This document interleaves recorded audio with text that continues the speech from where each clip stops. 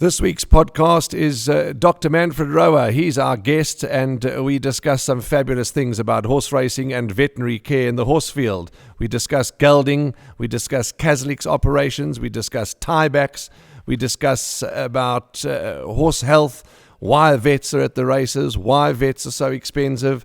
We discuss a lot of things with Dr. Manfred Rohwer. You don't want to miss this podcast. It really is an informative and interesting watch. Next week or the week after, I can't give you the exact date because we're still trying to finalize it.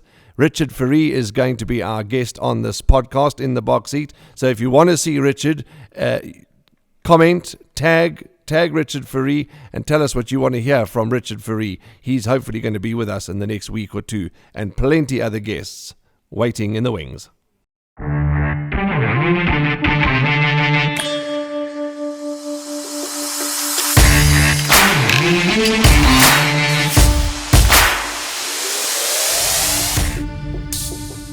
Welcome to another edition of In the Box Seat with myself, Warren Lenferner, my good friend on my left, Andrew Harrison, who's travelled all the way down from Ashburton.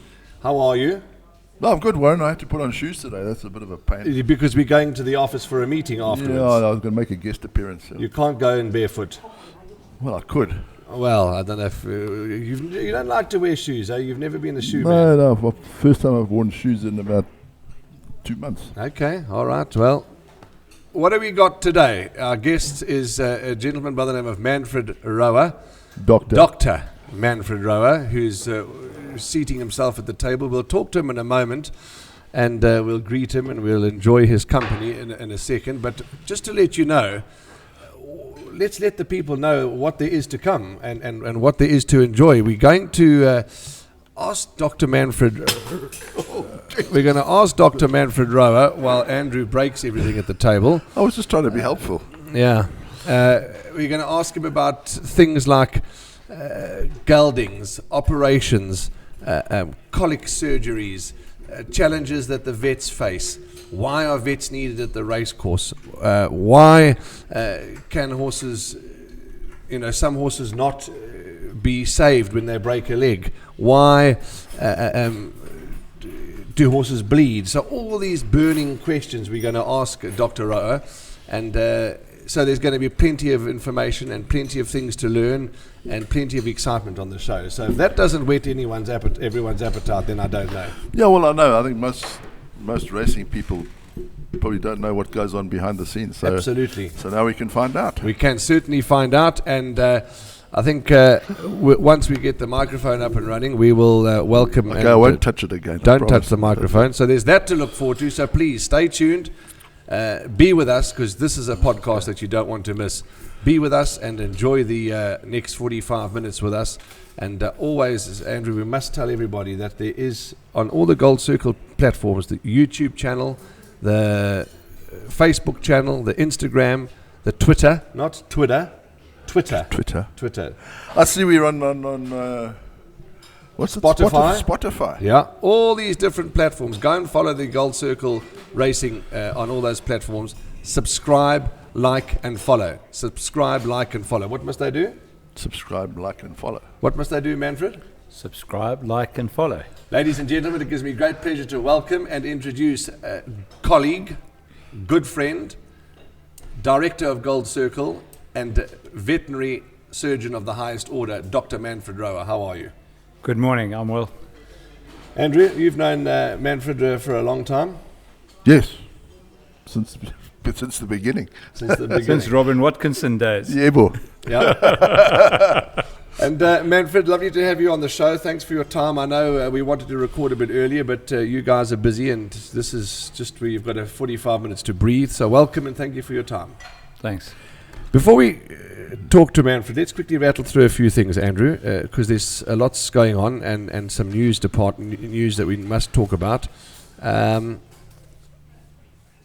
Epsom Derby, Epsom, Brian Finch has been... yeah, that's a bit of a coup, that. It's wonderful. Only because we had Bernard Cantor Investec sponsoring the Derby, and now Brian Finch has taken over as chairman of Epsom, so it's quite a coup for us. Absolutely, and well done to the whole Finch family. This past weekend, we had the KRA East Coast Cup won by She's a Keeper. Phenomenal. Yeah, no, but she deserved to win anyway. She was weighted to win. The World Sports Betting 1900, how was that performance from Do It Again? Was excellent, but again, he was also weighted to win. I think he'll go into the Hollywood's Bets Durban July at his prime, and he was a bit unlucky last year. Probably, I don't know if he could have won it, but he could have finished a lot closer than fourth. Yeah. Manfred, you've seen some top quality horses in your time, but Saturday's performance or last Saturday's performance of Do It Again, impressive. Definitely.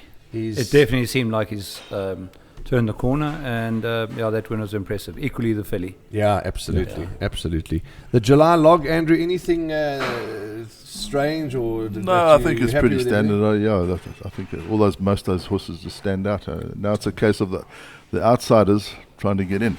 Yeah. Do you have an early selection or a horse that you're keeping an eye on? Yeah, double superlative. Okay, and I'm keeping an eye on Pomp and Power. Well, I think Pomp and Power is nearly at the top of the boards, but my early selection could be Pomp and Power. You are double superlative. I've got a couple of lurkers like Senso Unico is going to have to step up to the plate. Hood Sprite is going to have to step up to the plate. So there are a couple of lurkers. Okay. The next problem is that clearly Manfred's got a lot more razor blades than we have because we are both unshaven and he's cleanly shaven. That's a problem. Yeah, well, I was going to have a dig in the grave, but ran out of time. We had a bloke tiling the shower, so at least I could have a shower this morning. But Manfred looks fast. And the hard cropper had COVID, so I couldn't. I would have thought you could have been cleaner since we only had this meeting at 11 and not at 7. Let's have breakfast first. Okay, so the July log, nothing that you should be alarmed about. That's what I'm trying to say. Okay. It'll be quite interesting to see the build-up for horses that are outside of the top 20 to try and knock a few out of the bottom there. Yeah. Okay. Now let's go talk to Manfred. What we'll do is we'll talk about our one or two selections for Sunday's racing at Hollywood Bet Scottsville after we've chatted to Manfred, and I also want to talk about that video feature on the Tab Gold and the Gold Circle website. Let's go to the jugular and let's talk to Dr. Manfred Rohwer. I always ask this question, the first question, to rewind the clock back. How did it all start for you? How did you hear about a horse? How did you hear about wanting to become a vet? How did it all start? Take us back to those days. It was actually quite strange. I never really want to become a vet. I want to be a medical doctor, but I just thought I think I'll prefer working with animals. Just I couldn't really didn't have see a myself bedside operating. Maybe not the bedside manner. And I was always an athlete, sportsman, and that really got me excited. My early years, I worked in the in DR in the army, and that was a breeding facility. So I started along the breeding lines, then got involved in racing. Once I moved to KZN, I went from the breeding farm in the Karoo to Joburg, worked in Johannesburg for a couple of years, and then came to KZN, and then that's how I got involved in racing. Did a bit of racing and sport horse in Joburg. Worked for Mike Azzi and Cliffy Mayer, those sort of guys. Reinke's had just started, and then moved down here to the original Baker and Dupree. Then we started Summerford Equine Hospital, and then came all the way back to join John Baker McVeigh. Okay. So, which school did you go to? Where did you matriculate? I'm a proper Kraut. So, Deutsche Schule Hermannsburg. They played the very first rugby match, I might say, in KZN against Maritzburg College. Okay. Many, many, many years ago. That was the first, and they are the oldest school in KZN. Can you still speak Deutsch? Normal, total Deutsch. What did he say? Can I have a cup of coffee? His mother tongue is German. Okay. So he doesn't want a cup of coffee. I actually do qualify. I'm married to a Kraut as well. I do actually qualify for an Indian passport. Oh, really? How did you manage that? My grandfather was born in India. And my great-grandfather was a missionary in Chennai, in Tirupati, the holy village of Hinduism, and they're trying to convert them to Christianity. So yes, quite interesting. Yeah. I could actually be... It might be quite useful to have an Indian passport these days. Yeah. Okay, let's get to these questions, and I'm going to bounce around a bit, Manfred, because of the notes and how it comes into my head. But the first question is let's tackle this one. A lot of people have asked me at the races, and we don't want to talk about negativity, but in any sport, tendons get done, you get injured, you break limbs, etc. Why is it that in a racehorse, if it breaks its leg, 99.9% of the time the horse has to be euthanized? Why is that? The problem with fractures of long bones, especially, or larger bones, is they have to be stabilized after the repair, and that is a difficulty. A horse has to recover from anesthetic back into the standing position, and then they have to stand on it, whereas if it was a human, you'd be lying in bed, stretch it out or cast out. So that's really, you just are unable, or it is unable to stabilize them sufficiently that they can heal bone to bone. And horses also then develop complications when they're in extreme pain. They develop conditions like laminitis in their feet, or the opposite feet, or foot, or that foot. So yeah, they get colic when they bound. So it's a complicated. Young horses, you can do it easier than older horses. There was a horse in Zim. I think his name was Chesterfield. I think it was owned by a top vet in thing, and he broke a leg. And they put him in a sling for about 8 months. Yep. Well, that was my next question. Is there the odd exception where you can either sling them in the US? Certain veterinary hospitals have a swimming pool where you recover them in. So they literally go into a suit that looks similar to a trout fisherman's suit, place the horse in there in a pool. But they don't pressure on the chest then, like a sling puts pressure on the chest, the horses can't breathe, they get other complications, they get rub marks. It's not for the faint-hearted, and the horses struggle. Horses struggle, and often it's just not worth it. It's they die anyway, and it's difficult. They're also dissimilar to a cow. A cow will lie down quietly for a while. They don't like lying down and doing what they're told. They're definitely not. Okay. So that's interesting. Then gelding. Now, for those that don't know, gelding is the removing of the testicles, the colt's testicles. How's that done, and why is that done? Well, it's in the racing environment, because we do it quite early in their lives. It's done in a standing where we tranquilize the horse heavily. We then put local anesthetic into the site where we're going to cut, and then use an emasculator which cuts and seals the lesion. If you do it at an older age, the inguinal ring is possibly a bit bigger because the spermatic cord is bigger, and complications of herniation. So that is the biggest fear in a gelding, is that because you're opening the inguinal canal to the environment, that you could potentially get a prolapse of the intestine through that opening, and the bigger the opening is, the more possible that it would happen. Okay. So that is a risk, but in thoroughbreds, they are generally quite easy to handle. Wild horses still get done on the ground, and the reason we don't like to do thoroughbreds, first of all, because it's possible to do them standing. The other thing, the recovery can be risky. Okay. They can get injured, and also the cost. Anesthetics are not cheap, and the supervision and recovery is difficult. Don't you find it? Sorry, Andrew, because I will forget. Don't you find it difficult? Obviously, if it's a standing operation, I mean, you've got to sort of bend yourself and get underneath, and is it a long procedure? No, it's pretty quick. We do call ourselves acrobatic surgeons. Okay, but yes, it's you have to. The danger is that the horse kicks you or jumps on you. So okay. the new tranquilization techniques that we have has made it a lot easier. Earlier years, when we only had certain drugs, it wasn't easy. It's still a bit dangerous. You can sometimes get a horse that will not allow you to infiltrate the local anesthetic. So you have to get there to put the local anesthetic before you do the surgery. And okay. Yeah, it's not for the faint-hearted. There's certain tricks in the technique not to get injured, but it's and then the complication is that you have to leave it as an open wound. And horses living in stables, they lie down. There's a high incidence of contamination, so the aftercare is extremely important. Tell me, Manfred, what I would really want to know is does gelding actually help a horse's performance? The only time it will help it is because the horse becomes unmanageable, and that is just a problem with colts or stallions. Horses that where their testosterone levels become too high, they become unmanageable. they start becoming aggressive towards other horses. They don't put it in. They focused on other things than racing. Fillies. And yes, fillies. There you fillies, go. a bit like you when you were young in the nightclubs. So You haven't been for yourself. You haven't been Yeah. gelded, eh? You. I don't Yeah. know.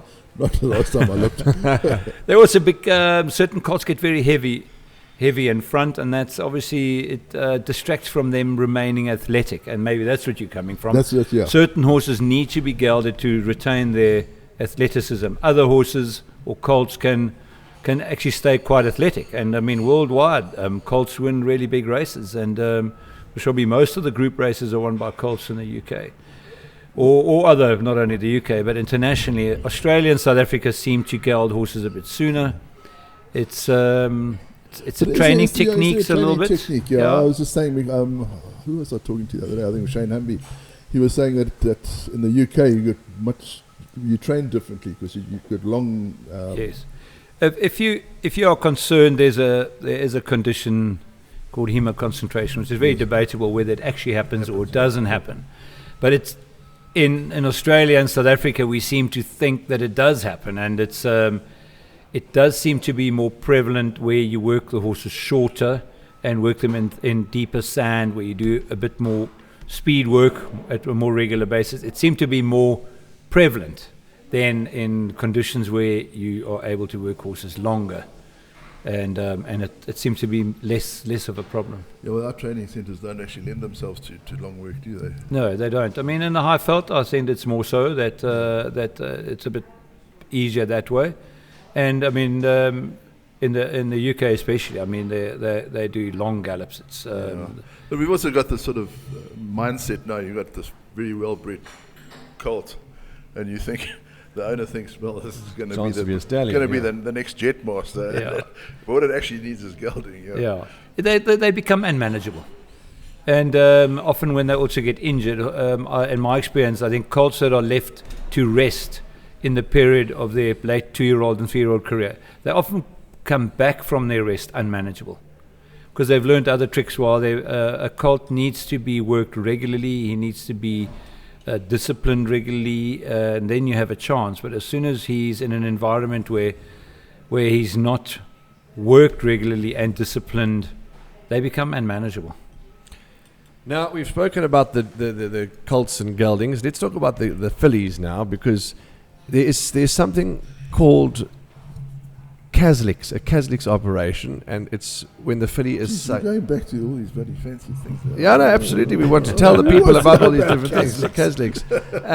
What's a Caslix procedure? Well, the Caslix is really a suturing of the vulva to, but it's only really indicated in a filly that's conformed poorly, where you get an irritation of a wind-sucking complication, and when you do that, then it settles them down and they become less irritable. Okay. And it's in certain, like in mares, there's a definite indication to it as a mare gets older and she has conformational problems there.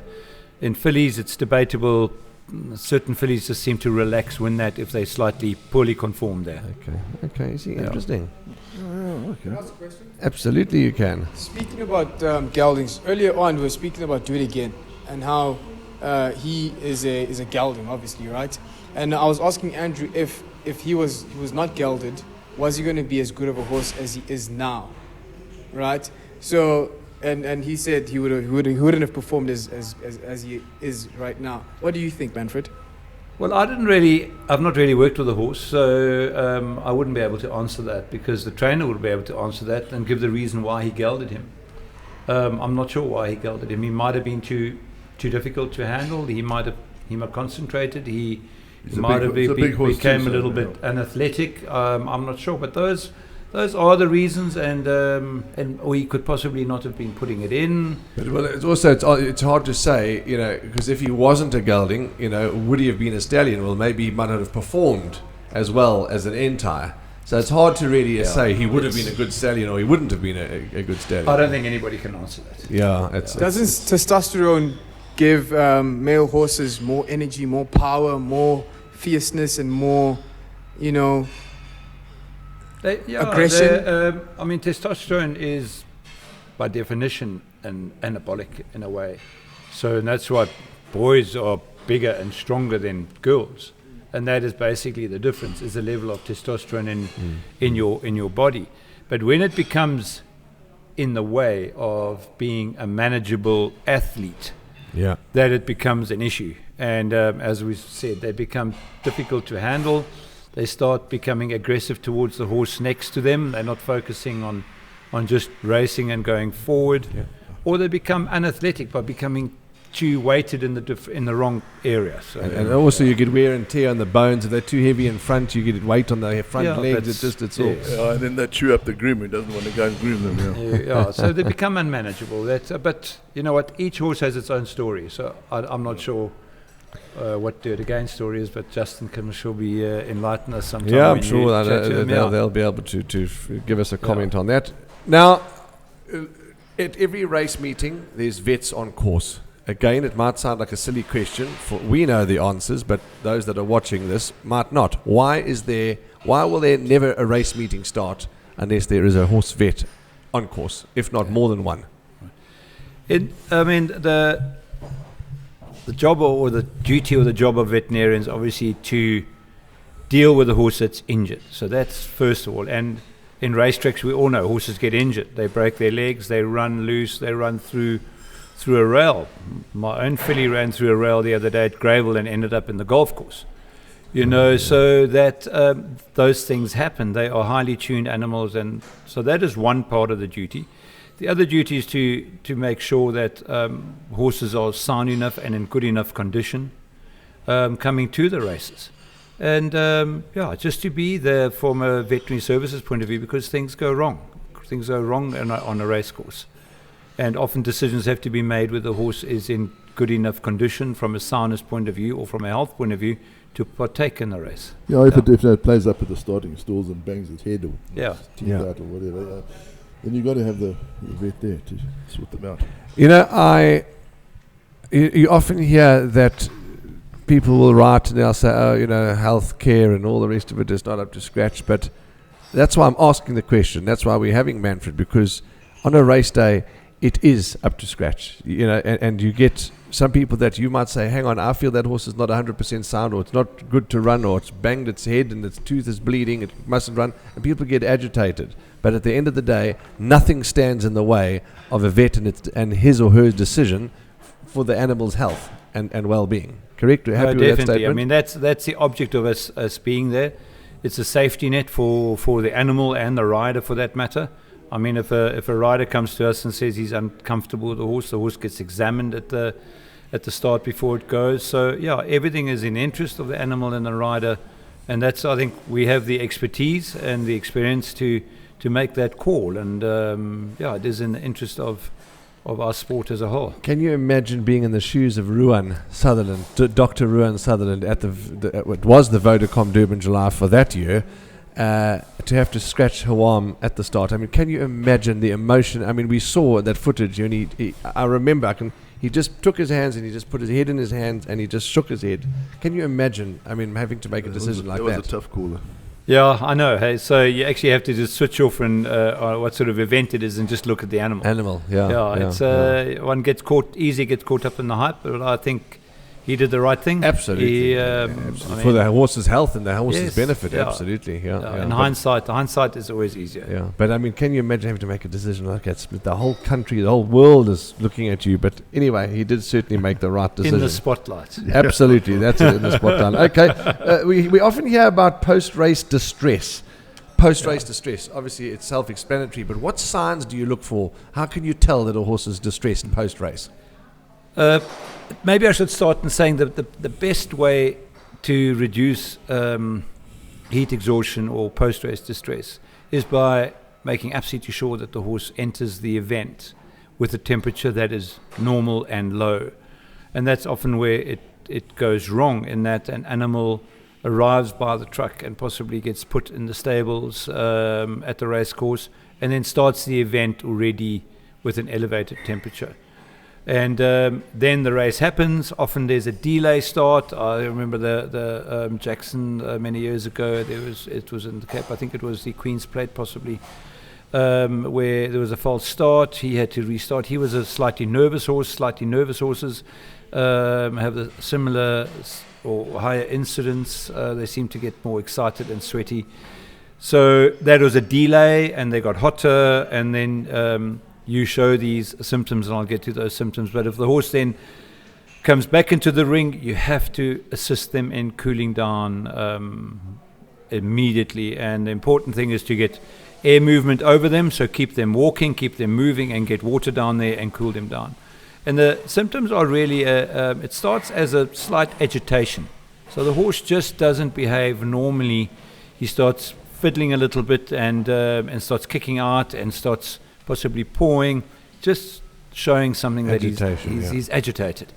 And obviously, if one doesn't pick it up quick enough and get on top of it quick enough, then they start literally going down and flipping over and showing extreme, like, uncontrolled behavior. And the danger is that if that happens, they can fall over. The horses have died, knock their head on a firm surface, and they get brain edema or hemorrhage, and they die. So from a medication point of view, we give cortisones, we give fluids, but the most important thing is to cool the body down. Absolutely, water and air movement. Okay, interesting, Andrew. You see, I mean, Manfred's only given us 45 minutes. We could go on for 4 days in 45 minutes. I mean, it's just so wonderful. When they had the Olympics, just to say, in Atlanta, quite a few years ago, they were very concerned about the three-phase event there, and they designed massive fans with water jets into them, and they placed them at the start of the event and at the finish. So a horse would stand in that cooled water that was blown by those fans, just to reduce the temperature at the beginning, and then do it afterwards. And that really minimized the amount of heat distress that happened.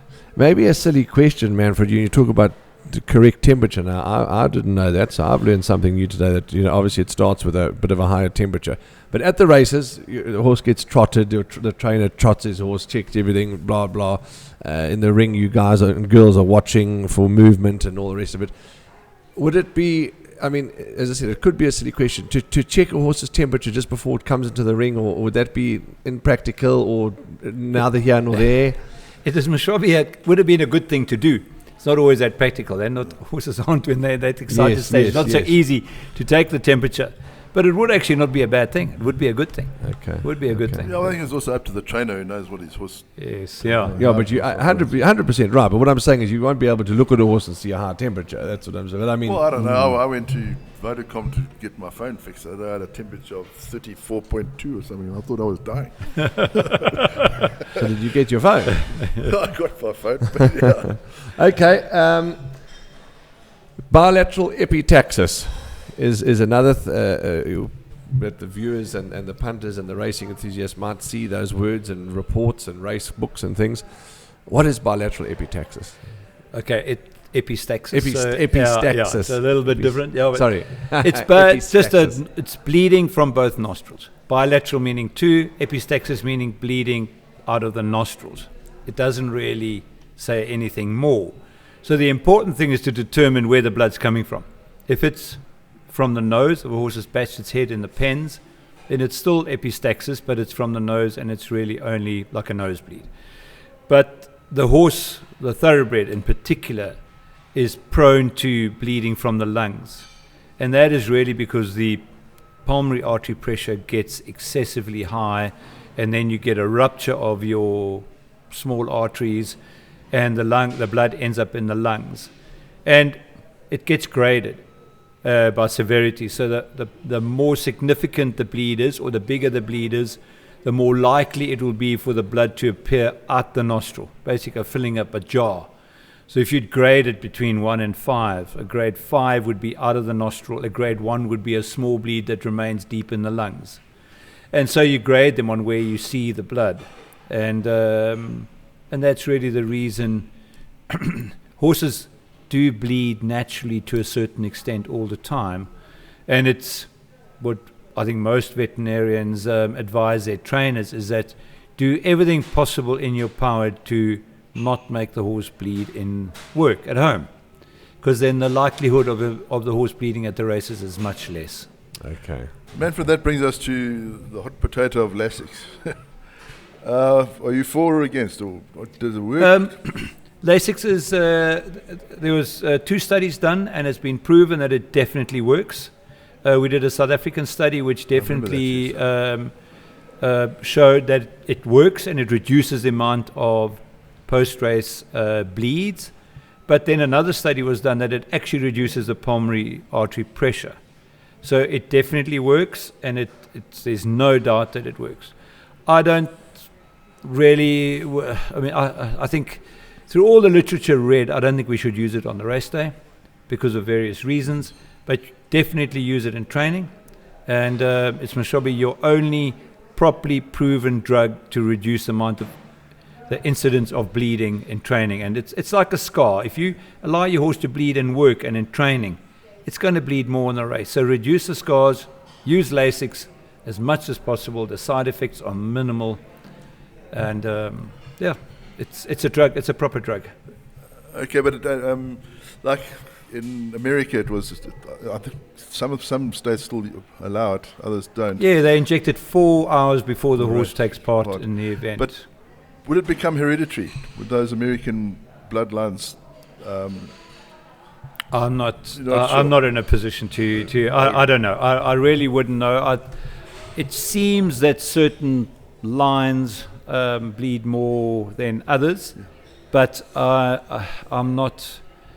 I wouldn't like to say that one should label a stallion or label a lion. It occurs across the board in my experience. But isn't it in Germany? I think if a horse bleeds in a race, cannot become a stallion. No, if a horse partakes in a race under the treatment of Lasix in the race. So if a horse goes to America and partakes in a jurisdiction that allows Lasix usage in that event, then it happens to what you're saying. It either gets removed from the stud book, but I'm not absolutely clear on that. But it is frowned upon, and I think the horse then cannot be used in the breeding program in Germany. That's what I thought. It's like a horse like Silvano and Carrari. And I think Erupt is also German, isn't he? I'm not sure. But anyway, they're very strict, and there's possibly a genetic influence on if you can breed it out of a horse. But I'm not sure how well we're going to breed it out of the thoroughbreds. I think they go too quick, and the pressures in the lungs are extremely high. No other horse goes as quick as a thoroughbred.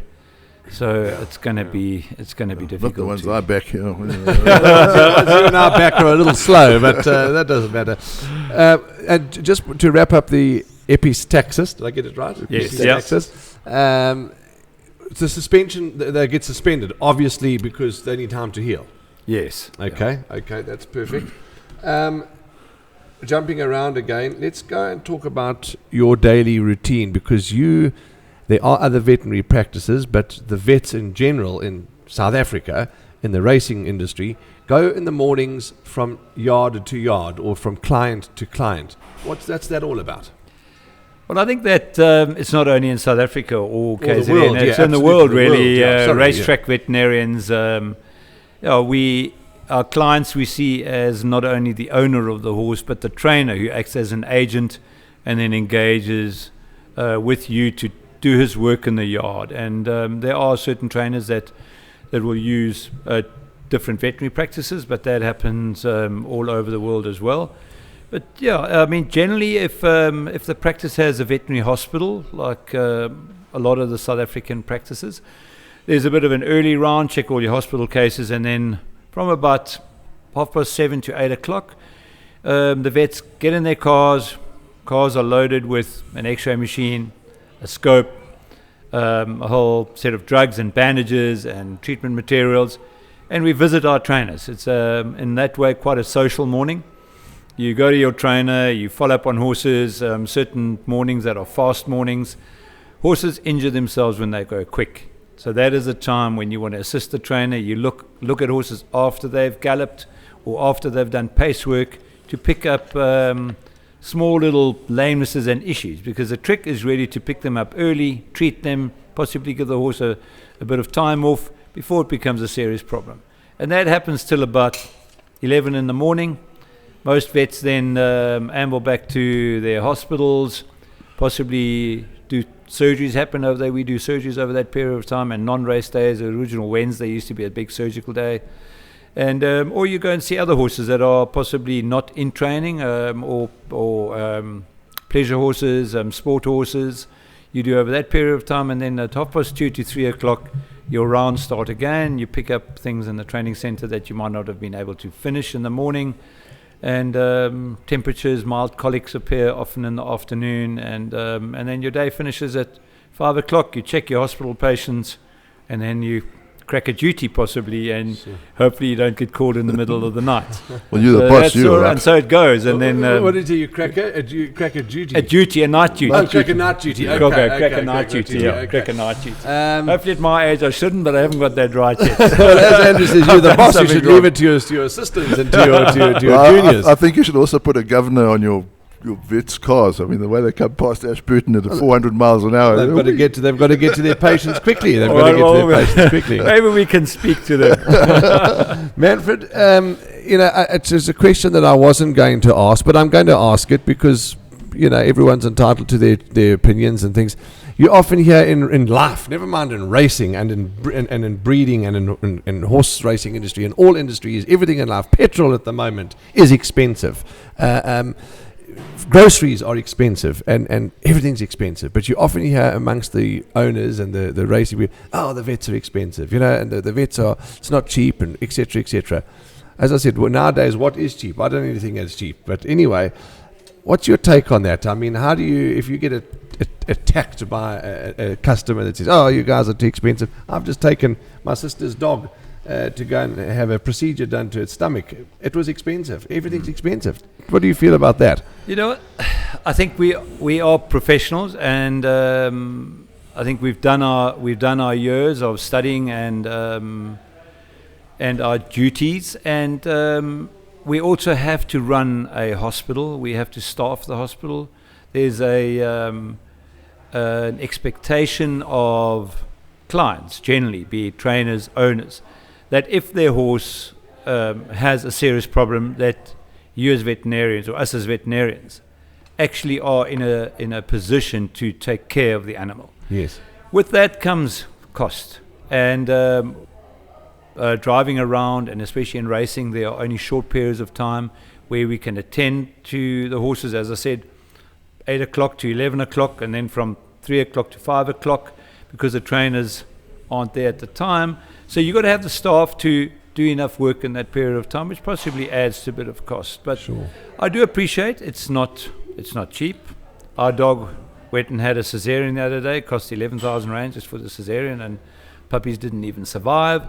So it is expensive.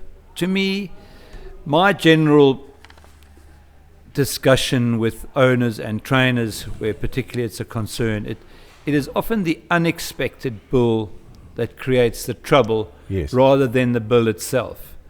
And it all comes back to communication. I think we all are aware of that. I mean, I don't want to drive the whole communication, but in my experience, if I work in an environment with a trainer where we make the effort to phone the client before we do the procedure, and it is often painful to do that, but my advice as a senior vet in the industry is that to trainers and to vets, make the effort to phone the owner before you do the procedure, and in 90% of the time they will agree to do it. Yeah. I agree. So to me, the unexpected bull is actually the problem, not the bull itself. That's actually. But if you're a human and you go to the doctor and you've got a runny eye, they still charge you 700-800 rand just to have a look and say, bugger off, there's nothing wrong with it. Consult. I mean, that's a consult. Exactly. It is what it is. If you want to go to Woolworths and buy 2 chickens, they're 89 rand each.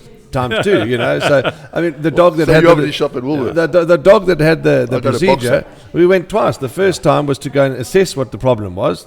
We had to pay 660 rand for the consult. I was there for 3 minutes. That's the lady's service. How much did the rabbit cost you when you had its nails clipped? And never mind its nails clipped. When it had its our rabbit, Manfred, went and had the teeth done. 1,800 to have the teeth filed. But I mean, it is what it is. You should have just eaten the rabbit. At the end of the day, it's your animals, your pets, and I know that racehorses, a lot of them are, they're all loved, and they're all not pets. Maybe I can say something that might help. That's a good point. That's a good point. A veterinary bull is that it's made up of a professional fee, which is basically my time. I sell my time. A veterinarian sells his time. And not, sorry to interrupt you, not everyone's a veterinarian. You know what I'm saying? It's a skilled, not everyone's a pilot. Yeah. Listen, a motor mechanic charges you 400 Rand an hour. Because there's not everyone's a motor mechanic. It's a specialized service. Carry on, and then there's a procedure fee. So you either do a specialized procedure, so your professional time, then a procedure, be it a scope or an X-ray or an intra-articular, a procedure.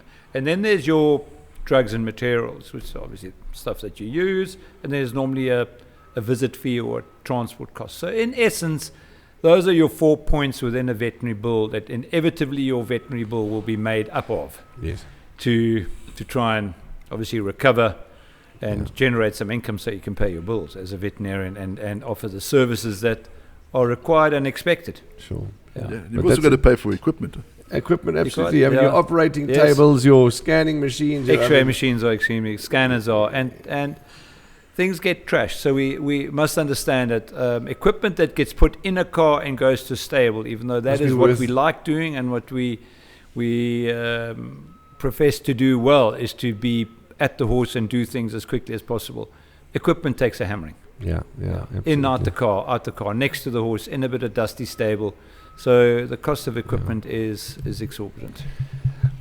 Who was your when is, well, I suppose you can't really tell it. You look at diaries and bookings, but when do you normally operate? You said Wednesday was normally a day, which is normally operating. That's historically because Wednesday was a race day, so then we would do the surgeries. Okay. At the moment, just if I can just speak of my own practice, we have a Johnny Cavies in our practice. He does majority of the surgeries, so he would actually be busy with surgical procedures in most sort of late mornings to early afternoons. And what has happened in the veterinary world now, that a lot of the procedures get done in a standing position. So a lot of dental work gets standing, even so certain screw fixations of fractures get done in a standing situation. Ultrasound examinations, gastroscopes get done standing. So most veterinary practices do have theatres that are specifically made for standing procedures. So a lot happens at the hospital, and the hospital is a very safe environment. And I say most vets actually encourage those time-consuming procedures to actually come to the hospital, because it's very difficult taking that equipment and doing it in the field. And Manfred, who was your last operator, the one that you did? I know that you are putting you on the spot, because if you don't do operations as regularly as Johnny Cave, but can you remember who was the last horse you operated on? I can't actually remember, because I haven't done. The last was a colic surgery that I'd done. Before that was an arthroscopy. Okay. But it did survive, so that was a good thing. I've had a colic surgery done on my own horse, which actually Johnny did, so I didn't do that. Okay. So Johnny tends to hog the pit, as we say. Okay. And what's the most complex procedure that you've had to do? That I've had to do, or at the practice? I think the wind up is Mashobi the.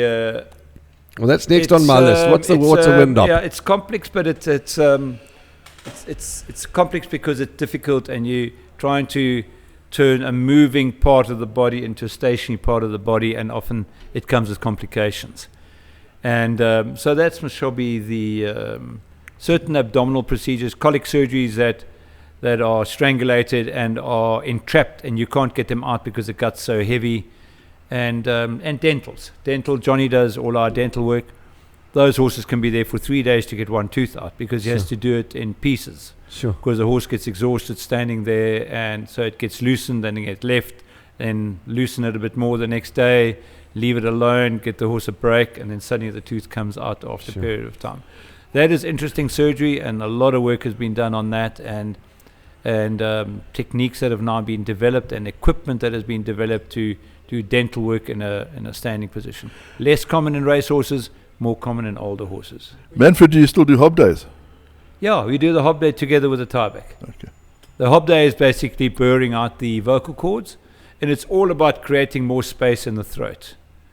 And especially if one side is a bit paralyzed, then you want to maximize the space in the throat. And that's really what a tieback is. It's securing the cartilage, tying it back and opening it up. Obviously, because the the nerve that supplies the muscle is paralyzed. So that now the muscle becomes useless, and now the arytenoid hangs in the way of air movement, and that's what creates the rattle or the noise. So you tie it back, you pin it back, but that in itself can create swelling processes, dysphagias, which means food coming out the nose,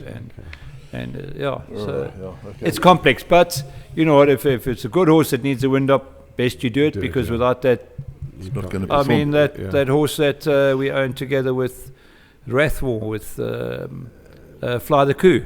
Yes, He had a wind up. So.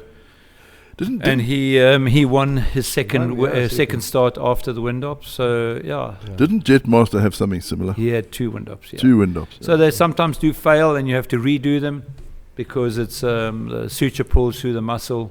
It collapses, as they say. It's not ideal to do them twice. You normally have one shot at it, and then it works. Yeah. You had a question. I wanted to ask about colic. When you do a colic surgery, you obviously have to cut the horse and stitch it back up when you're done, correct? Yes. Oh, okay. So Now, colic surgeries get done with the horse on its back. So you cut down the midline of the belly, and you make a significant cut so that you can get your hand, arm in there, and then what normally happens, you feel around and without looking, and you can more or less diagnose what the problem is, and then you make the cut a bit bigger depending on where you want to go, and then you exteriorize that part and either replace it, or you have to drain it out and or resect it. So that's all.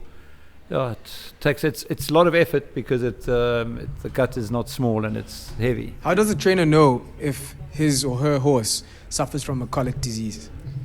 They paw the ground, they're unhappy, they sweat, they want to roll, they want to go down on the ground. It's obvious. It's painful. They're extremely uncomfortable. Yeah. Manfred, small animals, you've never been interested, or I mean? No, I did small animals for quite a few You years. do, When so I worked for Cliffy May and Honeydew Veterinary Clinic, we did small animals. That's really where I did a lot of my surgeries. I did lots of small animal surgery. Okay. And then at Gillet's Veterinary Hospital, we were there with Yanti, John, Ralph, a guy called Brian Corcoran. Okay. So then why didn't you do that? Oh, you said one of your dogs had an op. You should. No, I'm a bit rusty now. Okay, from the second. So you're a bit rusty. We actually have one of our bull, a big male, is actually, as we're sitting here now, being operated on by the Maritzburg vets, the old John O'Grady, Rick Peterson practice. Okay. Yeah, they're doing a little castration process on him and fixing his eyelid that inverted. So as we speak, he's lying there and being gassed. Let's quickly jump to. We've spoken about challenges and those sort of things, and you've got also time to go. But I want to touch on, you've recently been voted in as a director of Gold Circle, and you've made it very clear right from the beginning of your, what's the word? Not appoint. Since he's been appointed, your appointership, not your. Since been voted in. Since you've been voted in, since you've been appointed, as a director on the board, you've got in, you've got your hands dirty, and you want action. Yeah, well, that's Mr. to the bone. Yes, I mean, I've always been. I mean, I'm absolutely passionate about racing, first of all, and then I'm actually passionate about KZN, and not just because I've lived here. I'm a Zulu at heart. You touched on that. I'm a Kraut, but I'm actually a Zulu at heart. I speak the language fluently, and so I'm a man of this part of the world, and I really wanted what we have in this province to be the best. And my knowledge really is, I come from a farming background, grew up on a sugarcane farm, is tracks, facilities, and helping the grooms empower themselves. We've created the KZN, or helped the grooms get the KZN Grooms Association facilities here at the clubhouse. So that's where my forte lies, to deal with people and to deal with premises and things that grow, and then obviously the horse. And so that's really where it is. And I'm passionate to maximize what we've got, really. And in trying times, I mean, we all realize it's trying times. And I got myself involved in a bit of Ashburton because with me driving from Pietermaritzburg quite often, it was just easy for me, and I've offered my assistance to Tony and to Colin and to Muzi there, and I think it's made a difference, and I think everybody is happy in that environment. And if I like to be hands-on rather than sitting in an office. And if I have that opportunity, I must probably often get a bit too involved. But as the self-appointed mayor of Ashburton, I think Who is you? Or me. Oh yes, okay. I think you've done an excellent job. I mean, the place has improved out of all recognition now. So I think you can take kudos for that. No, Thank fantastic. you. No, good. As I said, you say sometimes you get too involved. We all do. I mean, this morning, Tony Rivland runs Summerfeld, and he does a fabulous job. And I went to go and look at one of the stables for a particular reason, and there was a burst tap. And I phoned Tony. I said, Tony, I said, I hope you haven't taken offence because I'm not interfering. I'm not getting. He said, we're all part of the racing industry. We're all part of Gold Circle. And we must help one another. So that's what it's all about. We're going in the home straight now. Just one or two little things. You're an owner, as you've just mentioned, so you enjoy that side of things, and clearly you feel that you want to put back in the industry too, like most of us. Yeah, no, I absolutely enjoy it. It's probably like watching kids do sport. Yes. Yeah, but I've been an owner for a while. My first winner was a filly called Winter Fashion with Robin Watkinson. Mace actually rode it. Okay. So that is the old Michael Roberts with a worm. No, Michael Roberts rode it. Sorry, what did I say? Robin Roberts rode it, and Robin Watkinson trained it. Yes, that's going back a long time. brothers-in-law. Yeah, exactly. Yeah. She's okay. No, but I do, and I've got, as I say, I've convinced the partners in the practice to get partners colours. So we've had a winner in them now, Fly the Coup. Brave Voyagers really ran well on the weekend. Yes. Isn't that running again this weekend? He's running on Monday again in practice colours.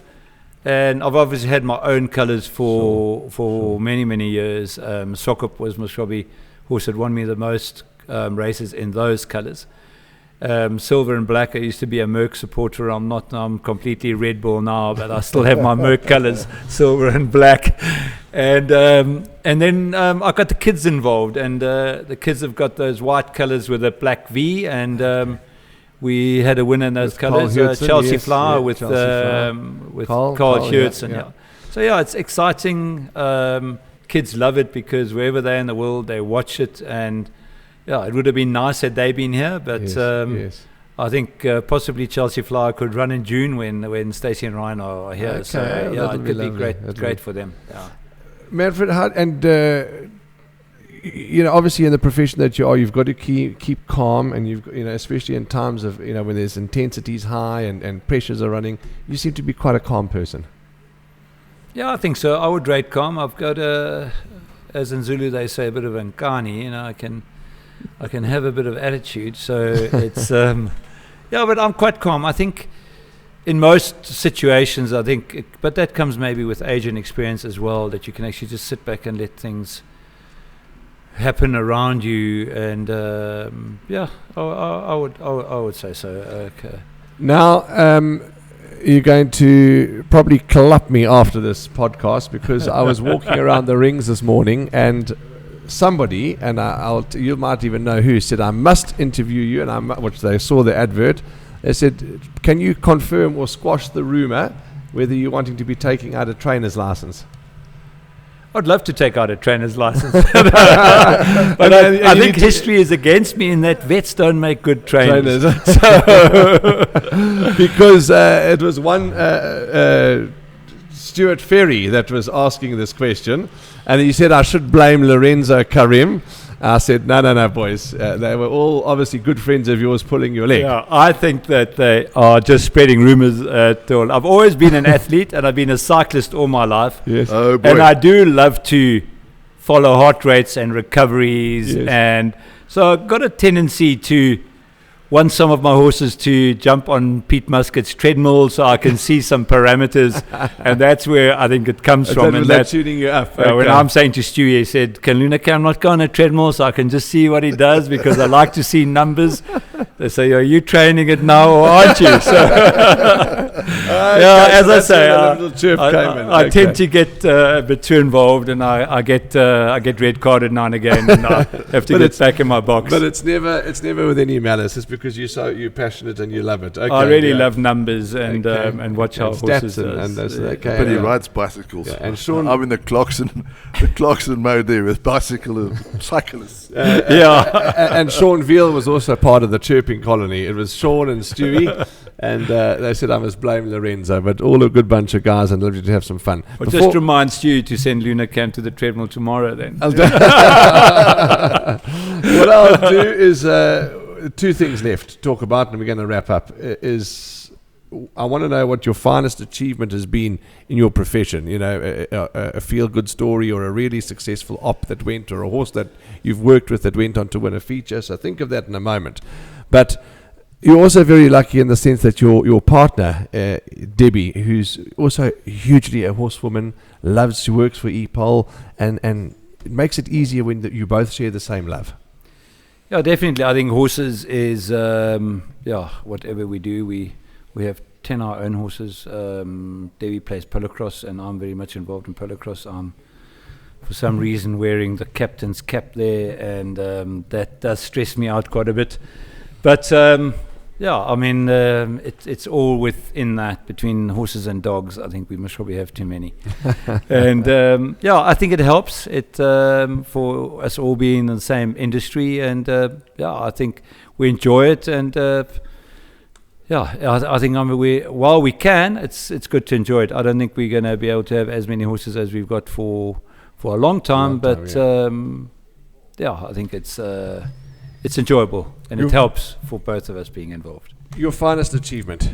What's something that I think it's quite a simple one, really, and it was in I was in Dubai. We were on our way back from Melbourne, and I went to visit Mike and Johan, and we were in Dubai at the time. And Mike asked me to look at a horse called Red Ray. So it was quite funny, because the Dubai hospital had looked at the horse and they didn't know what to do.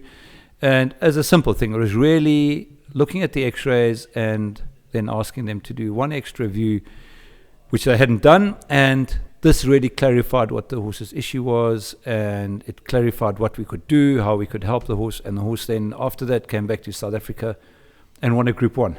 Sure. So, as simple as that. We didn't have to do a surgery, but just to sort of be there at the right moment to redirect an animal's passage to be able to win a Group 1. And for Joey then to win the Group 1 with the progeny was just like it was that's fantastic. There are lots of others, but that was really one of your finest. Saved a horse in a way. Yeah. Okay.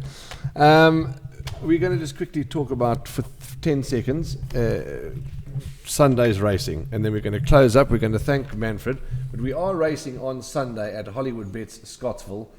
Obviously, we're on the turf. Will you be there? More than likely. That's love it. Will you be there? I'll make a guest appearance. Yes, I'll be there. Okay. Now, there are, let's tell the viewers how many races there are. 9. There are 9 races. The first is off at 11.50 and the last is off at 16.25. There's a work riders handicap, which is wonderful. And already this morning, hearing all the work riders, with the banter, and the gentleman that is full of life. I just want to get to the right horse. Aaron Zabalini. He's riding Northern Warrior for Michael Roberts. And when I asked him this morning, he said to me, big chance, I'm Aaron. And his nickname is Bonji. He's full of life. What a wonderful man. He's not a quiet person. Not a quiet person. He's a bit like me, very loud. So Northern Warrior is what he's riding. He's also always optimistic. Yeah. and then Callum Dixon, he was the track this morning. He's riding Space Race, which has certainly got a good chance going for the hat-trick. But there's plenty of good racing. And there's no feature race this weekend, but next weekend plenty. Yeah, but there's a Pinnacle Stakes, which is quite interesting. Yes. You've got three Hollywood Durban July entries there. Hoodspruit, Warrior, and who's the third one? Fire Alley. So that's going to be a fantastic race to watch. Who do you like there? I think Fire Alley. Okay, I'm against you, little. I know that it's a prep run, but I'm in the camp of Hoedspruit. Hoedspruit's my dark horse for the July. Yeah. Have you read the book Lonesome Dove? No, I haven't. You should actually, because it's really excellent. But they come from a town on the Rio Grande called. Hoedspruit. No. It's called. I've lost my bloody train of thought. You told us at the The breakfast table. Hat Creek. Oh, yes. They come from Hat Creek. It's like a one-horse town. This is Hoedspruit. Hoedspruit is a bit of a one-horse town, isn't it? Yeah, but you must actually read the book. It's brilliant. Yeah. Okay, well, that's a wrap then. I think all that's left for us to do for this podcast to wrap up is to thank Dr. Manfred Rohwer. I've known him also, like Andrew, for so many years. I just call him Manfred, but he's Dr. Manfred Rohwer. Thank you for being here today and taking out the time in your busy schedule, and just for coming to enlighten us about vets and what gets done behind the scenes. We haven't even scratched the surface, but I think it was certainly a great chat, and thanks for all that you do, and thanks for supporting Gold Circle and KZN, because we all need one another's support. Thank you very much. I really enjoyed it. Yeah, lovely. Bossy, what can you say? Grumps, you happy? I'm happy. Okay, so you're Thanks, going Manfred. to head back up the hill, and we've got work to do, and then we'll see you on Sunday. Are you going to visit Jack tomorrow? Jack Humby. Jack Humby. Oh, Jack Humby. Dennis Dreyer calls him Jack. Oh, yes. Yeah. Why? I don't know. Okay. Yeah. Call him Michael Roberts, calls bald everybody eagle. George. And then Bald Zulu we eagle. call him Panza, which means a bald eagle. That's a wrap from us in the box seat. It's been wonderful. Sorry we have to end it, but we can't talk for hours and hours. Everyone's got busy schedules. Thank you for your support. Please remember, Facebook, Instagram, Twitter. What's the new one called? Spotify. All these wonderful platforms that Gold Circle are on. Subscribe, like, and follow. We thank you and for your support, and we wish you all the very best. Love one another. Stay safe with your families, and we'll see you, as always, in the number one box.